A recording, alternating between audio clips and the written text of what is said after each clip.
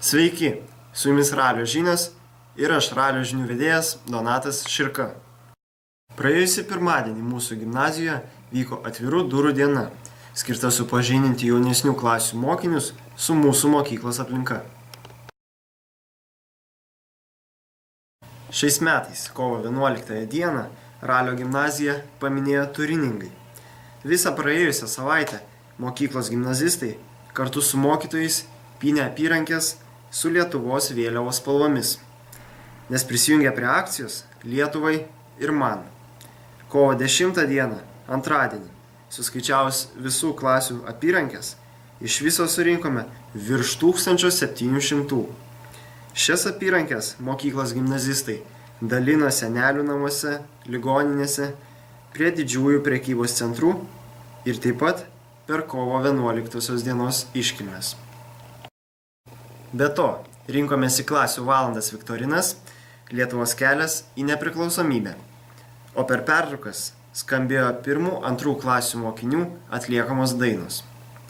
O savo žinias pasitikrinome nacionalinėme konkurse Lietuvos istorijos žinovas.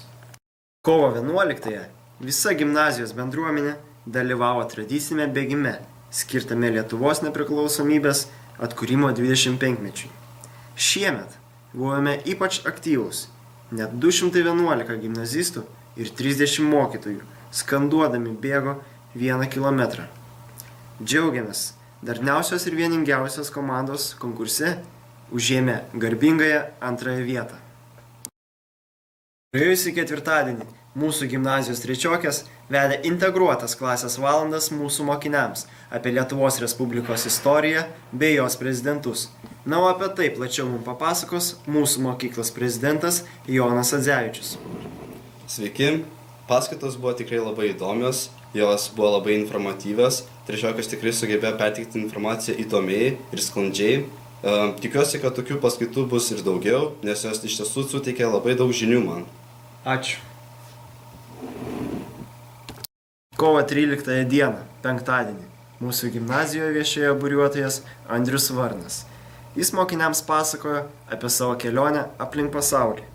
Andriaus Varno pasakojimai paskatino gimnazistus susimastyti, kiek dar nedaug jie žino apie savo planetą, kurioje gyvename, ir pažadino norą pažinti tolimuosius kraštus. O šios paskaitos įspūdžiais pasidalins paskaitos dalyvis Tautvydas. Kokie įspūdžiai po Andriaus Varno paskaitos? Taip, pamatėm daug valstybių nuotraukų, pasidalino įspūdžiai su mumis. Sužinojom, kad už $1 galima laisvai pragyventi visą dieną ir kad kelionė aplink pasaulį nėra tokia brangi, kaip visi galbūt galvoja. Ką naujo sužinojai apie užsienio šalis?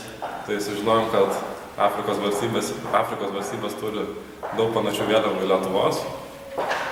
Dėl to, kaip sakė, kyla ir nesklandumų šiek tiek tokių.